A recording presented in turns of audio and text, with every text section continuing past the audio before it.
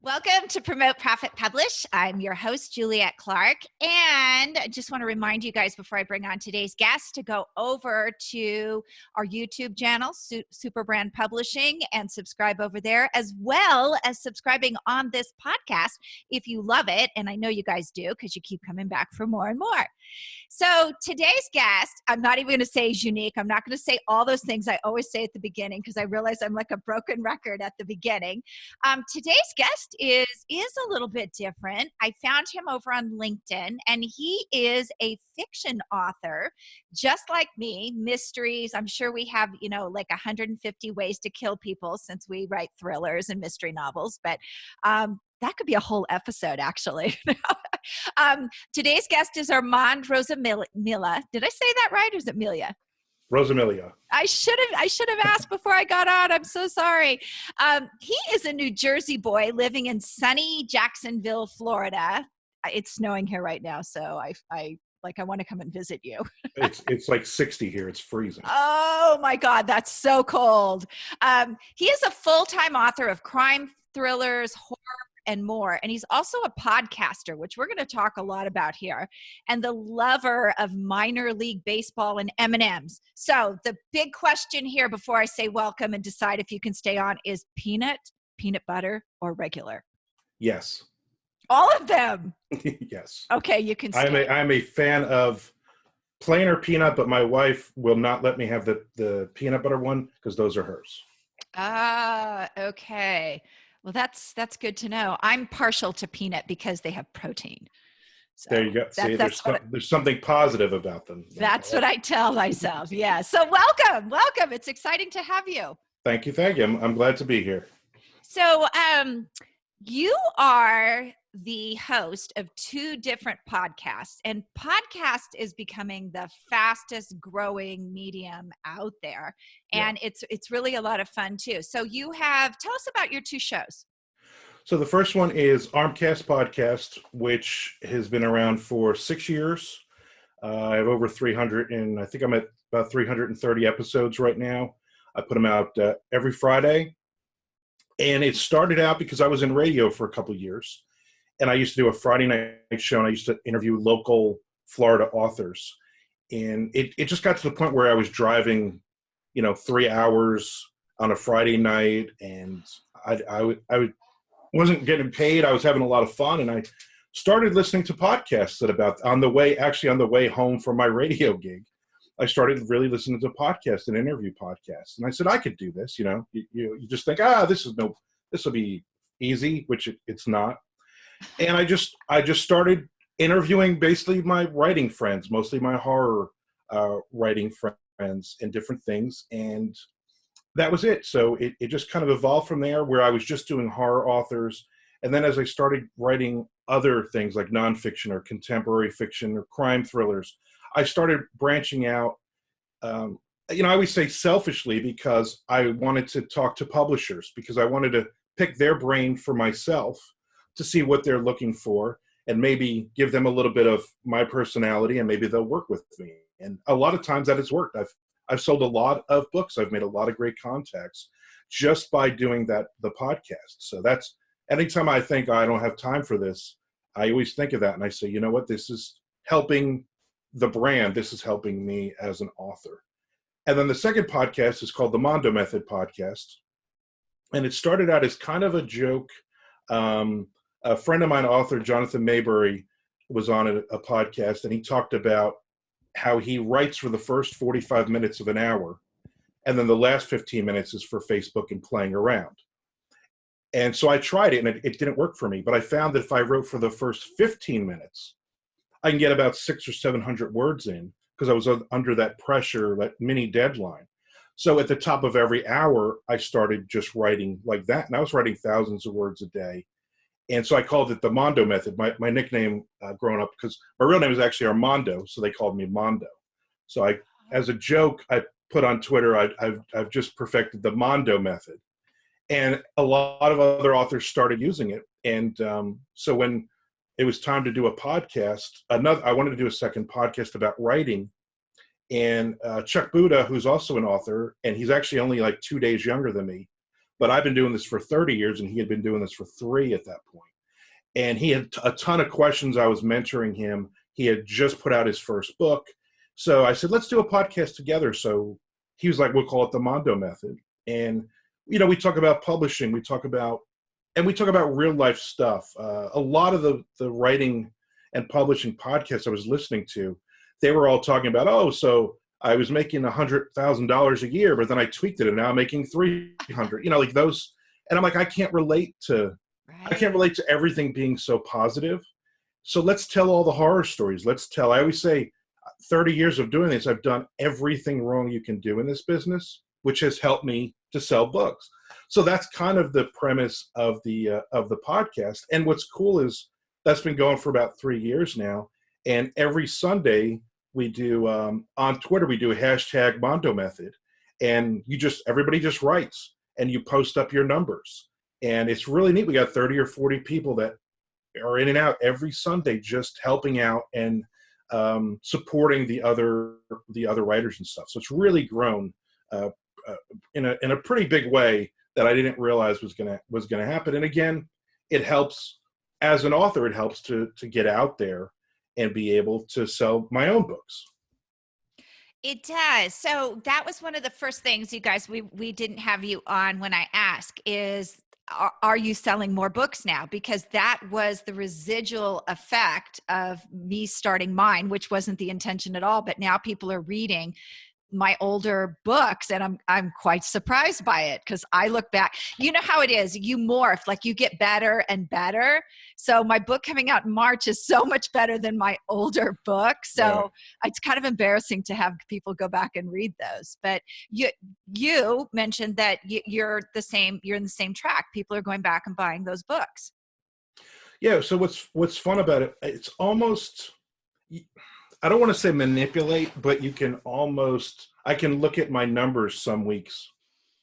And if I know a certain guest is coming on that say they write nonfiction or they write crime thrillers or whatever, I can look at my numbers on maybe some of my old books. And in the back of my head, I go, okay, bring up this. So I had an urban fantasy author on, and my necromance urban fantasy book has not been selling well in the past few months.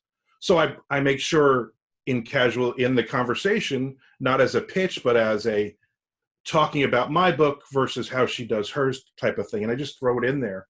And then over the next week, I see a handful of sales.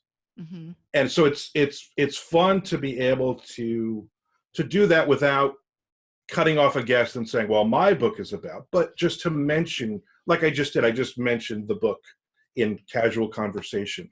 And so that's a lot of fun too, to really look at Amazon and see, okay, can I move these numbers either way, and especially on the backlist stuff, because I have a very, very large backlist of books over the last, I started putting books up in 2009, 2008.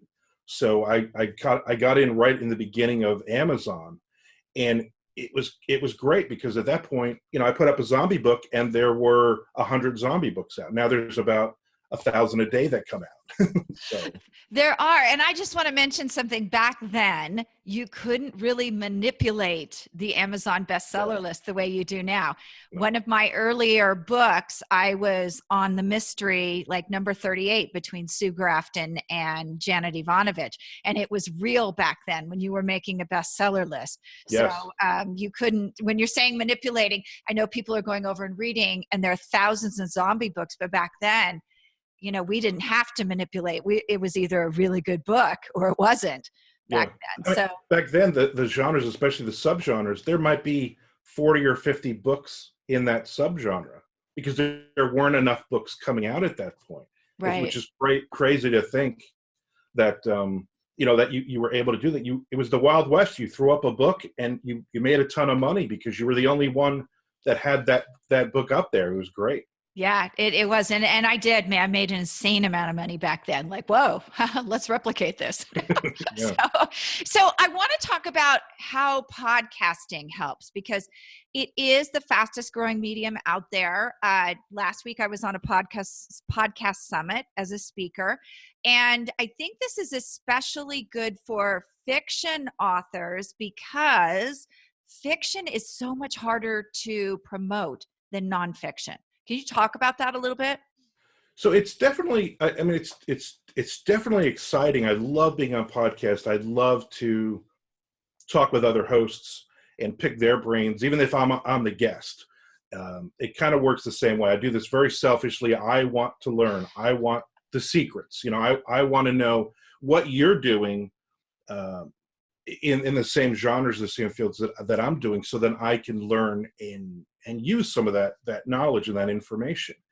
And with podcasting, it's great. I've really done a lot of, I think I've done a couple of hundred interviews now over the last, say, 3 or 4 years. And I do a lot of return podcasts, but I always try to find new podcasts because you never know in your audience specifically who is out there and who's going to listen and say, you know what, I'm going to buy one of these books. And they might become a fan who ends up buying 150 releases from me. And you just don't know that. And it's, for me, I always say, and I've done different articles and different blogs on podcasting as an author. And I always say, don't worry about selling a specific book, sell yourself. Yes. Be a personality, be genuine, be yourself. I've done 3 podcasts in the last couple of weeks, and I don't think I've mentioned a specific book on any of them. And I have new releases, but I don't ever look at it and go, well, I want to promote the new release, because these podcast episodes are evergreen. So somebody might listen on the day this comes out, or they might listen 2 years from now. You just don't know. So if you're talking about a specific book out there, that's great. That might sell that book, and maybe 2 years from now, it might also sell that book. But I think it's a lot more fun and authentic to just talk about the process or anything really that you're interested in. And I think that's the best way to be a guest, because then you're hoping somebody says, oh, well, I enjoy crime thrillers, and let me look this guy up as a crime thriller author. If I'm talking about a specific book today, not saying I won't, but they might go, well, I don't read horror books. So they might tune that off. But if I say I write so many different things, that's fun. And, it's me, I'm a reader. I mean, I read 80 books a year, and a lot of those books come from listening to podcast interviews with authors and that personality. And I laugh, and I hear like their pain if they've written something really personal or different things like that. And I'll go out and get their book and it's not because they've sold me on that book. 90% of the time they've sold me on them. And that is so true. People don't get the authenticity factor, but I would say about 5 years ago, when people were bringing books to our company, we'd say, who's your ideal client? And they'd say, oh, Jack Canfield's people. Well, they like Jack Canfield because he's Jack Canfield. You have to go out and plow your own way. And I have a great example of this. A couple of years ago, I was coaching with someone, and she tried to make me her. And literally within 3 weeks, when I went back and I said, I am not you, and I rebranded myself and I got out there and I was super authentic, I had massive sales. Yeah. So it is, I think people, not only with your books, your podcast, everything, they're buying you. Even when it's free, they're buying you. Yeah. And that's what it is. I do a lot of events every year. And I do a lot of conventions. So I do a lot of like horror specific conventions, and I do a ton of one-day events like book fairs and stuff down here in Florida and into Georgia. And I have two different versions of me. So I'll have the red tablecloth with the black table runner, and there's one of my fans drew me as a skeleton wearing a Slayer t-shirt, but I have that on the on the table runner. And then I put up all my zombie books, and I put up all of my horror books, and I'll wear a a t-shirt, and I'll wear a black t-shirt, a band t-shirt or something. And that's how I'll sell at a horror event. And then I have an upcoming event, Amelia Island Book Club, a book fair is coming up. And that's more general. So I have my blue table runner with my yellow tablecloth, and I wear a nice Cuban shirt with a black t-shirt underneath, and I'll do just my crime thrillers and my contemporary fiction and my nonfiction. I did a nonfiction baseball book that I'll put on the table. So I've kind of created a couple of different concepts of what I think is going to sell there. And again, I have such a big backlist. I have over 100 different print books I can bring with me.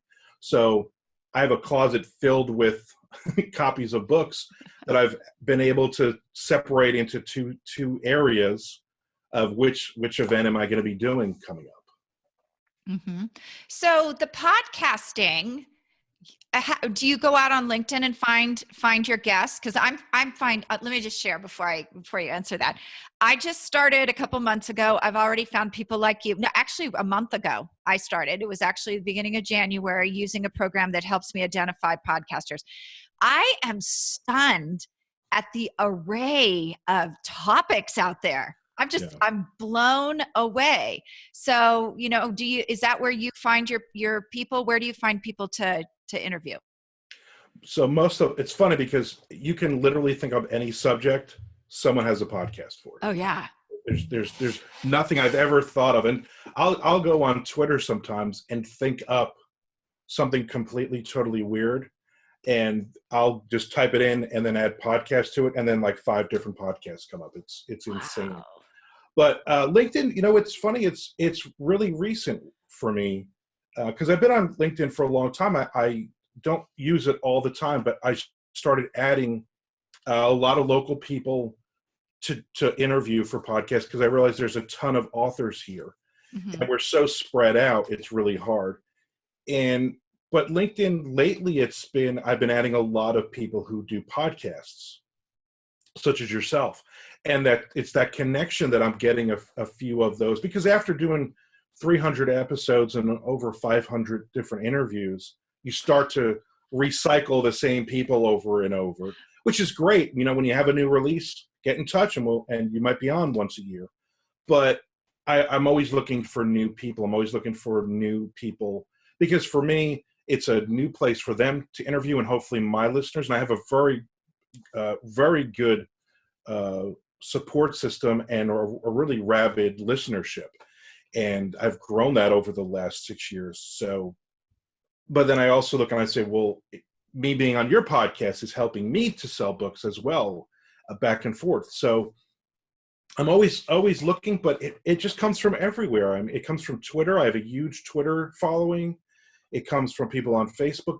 It's a lot of it is people who are out there and actually searching for podcasts themselves. And I'll get a random message and they'll say, hey, how can I be on your podcast? And I have no idea who these people are.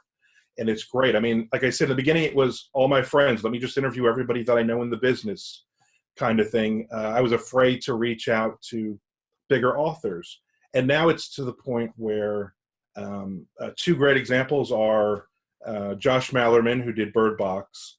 I ran into him at a convention, and I had met him once or twice before Bird Box came out.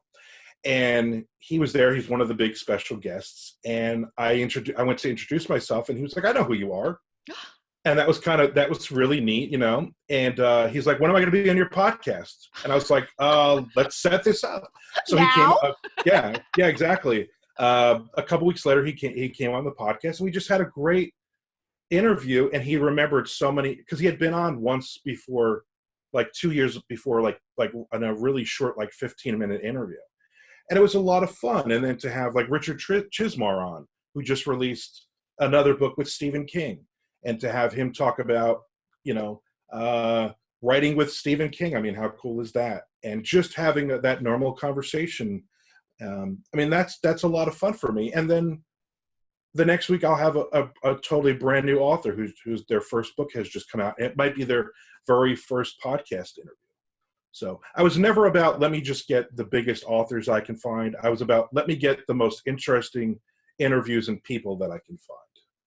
That's cool. That's very cool. I do much the same when I run into people, find out what they do. I'm like, oh my gosh, could you, do you Yeah. want to share that? That's something that needs to be shared. So that's very cool. I was just curious about that because I found so many people over on LinkedIn with the way I'm prospecting this year that Right. I am, but people will come back to me and they'll say, I don't think we have a synergistic audience. But then when I start talking to them, I mean, I didn't know there were whole podcasts about chocolate. Oh my gosh. Like, whoa. Pretty much it's like any TV show you can think of, there's like 100 podcasts. So there's like Saved by the Bell, for instance, that show. There's like you can look it up on Google. There's like 200 different podcasts on that, like 200 on that show. It's the craziest thing. That is really crazy. I was lucky enough to be at an event, a very small event, last week on Tuesday night, where I got to hear new podcasters pitch. And even that, there was one called Making Love Tonight, which isn't at all about what you think it is, but catchy, really catchy. And there was a religious one that has, hundreds of thousands of listeners, because they talk about all religions. And the topics, comic books. How many are about comic books? That blew me away. How are those people monetizing? Because ultimately you have to be able to monetize. But just the whole thing was so crazy. So if you were going to give fiction authors out there, like some tips about podcasting, would you recommend it for them? If you have the time. So ultimately, which my wife reminds me of all the time, your first priority always needs to be writing. Okay. You always need to be that as the day, because I went through a period where I was writing, like I was doing like one sprint a day. I was writing like maybe 600 words a day, and not every day. And I was worried about the podcasting shows and the podcasting network and promoting and Amazon ads and doing all these hundreds of other things. And she said, at some point, you're going to burn out doing all this other stuff. And at some point, you're not going to be releasing books like you're supposed to be. And guess what? You're going back to a retail management job, which I did for 20 years and hated every minute of it. And that's that's the fear. That's the push of the bottom's going to fall out and I'm not going to be able to do this, because I'm blessed. I've been able to write full time for 7 years now and make a living doing this. So if as an author, there's so many other things we can be doing. I mean, the writing is such a small part of it in reality. And that's the easy part. The easy part is sitting down and writing. But a lot of authors will say to me, oh, I'm going to do a podcast. And I say, you need to have the time for that. You need to do that. And I've had podcasts like, I do the Project Entertainment Network. So we have 15 different podcasts doing all different things, interviews. And I have a religious podcast, and we have all funny ones and comedic ones, all different things. But a lot of times when we get a new podcast wants to come in, I always say to them, do you have the time for this? Can you do this on a weekly basis, that it's not taking away from your life, your job, your writing, or if you're a writer, whatever. And that's really the thing you have to look at, because while in theory, this is great and this is a lot of fun, it's not just you and I sitting here and talking for a half an hour or an hour and then it's done. You have to now manipulate, you have to edit, you have to do all these things and put it up, and then you have to promote the show. You have to do so many other things. So this hour might be 10 hours or 15 hours of your week just to do one episode. And that might be 10 or 15 hours as a writer that you're not working, you're not writing. That's very true. And pod fading, which is people who start and never finish these, is a huge thing, because people don't realize if you have a good company behind you, like I do, it is literally reaching out and scheduling, and then they do the rest. I interview, they do the rest. Right, but you have to get to a certain level before most beginners don't have the resources to do that sort of thing. But Right. back in, I think it was 2015, I had one called Ask Juliet. I did everything myself, and I got about 30 episodes in and said, no, it's just too much. I just don't have the bandwidth for it. And it wasn't doing, I didn't go into it with the plan that I should have either. Right. You really need to lay out a good content plan and know where you're going with it. Right. Because you need to have more than one episode. You need to have more of ideas for a handful. So I just read an article a few days ago that said that the average, and this is taking all the podcasts on Libsyn, and the average number of episodes is 12. Yeah.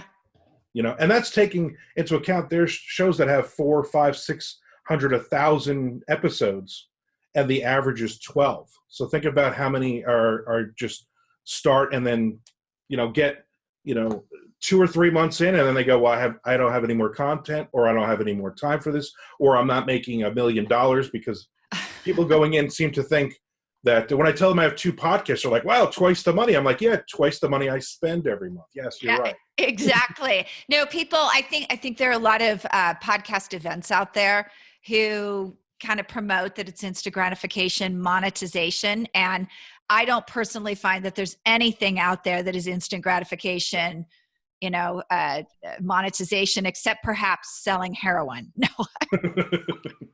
Right now, and I'm sure there's a podcast for that. There might be. We should actually look that up. So yeah, if you want to do that, go over and find that, or math, or one of those things. Right. That is so funny. There probably is, but it's not funny. Okay. Anyway, this is a good, solid business strategy, but you have to put time behind it. It takes time to monetize anything like this. And in the meantime, you are putting money out. You're absolutely right.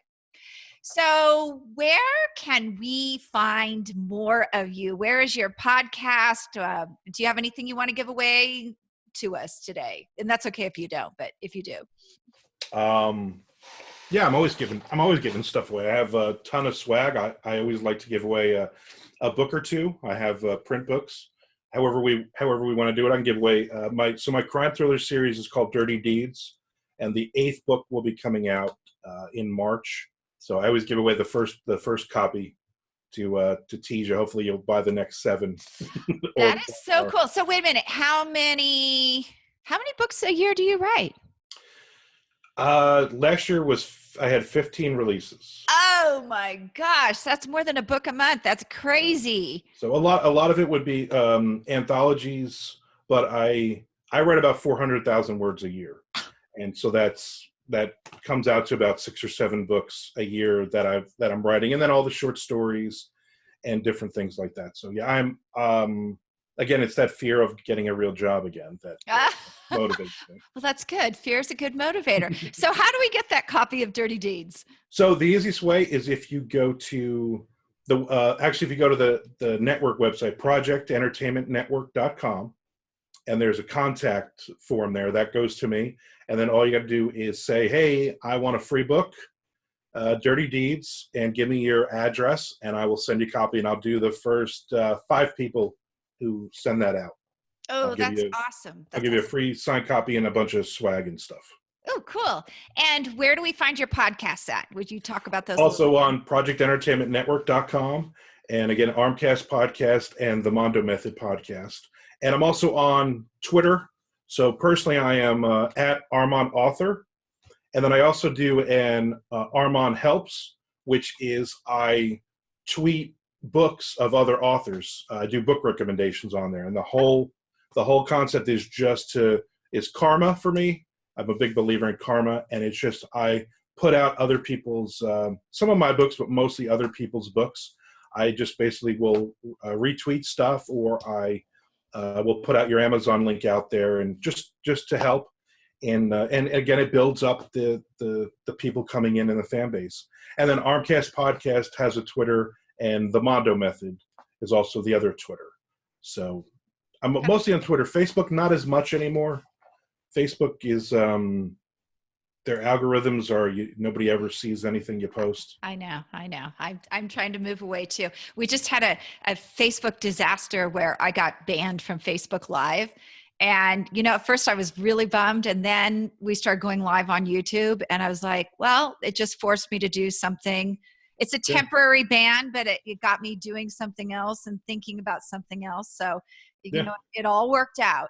Right, and you're better. You're probably better off anyway, long Yeah, term, not exactly. being over there. Well, Armando, thank you so much. I'm getting mixed between the Armand and the Mondo. So Mondo, thank you so much.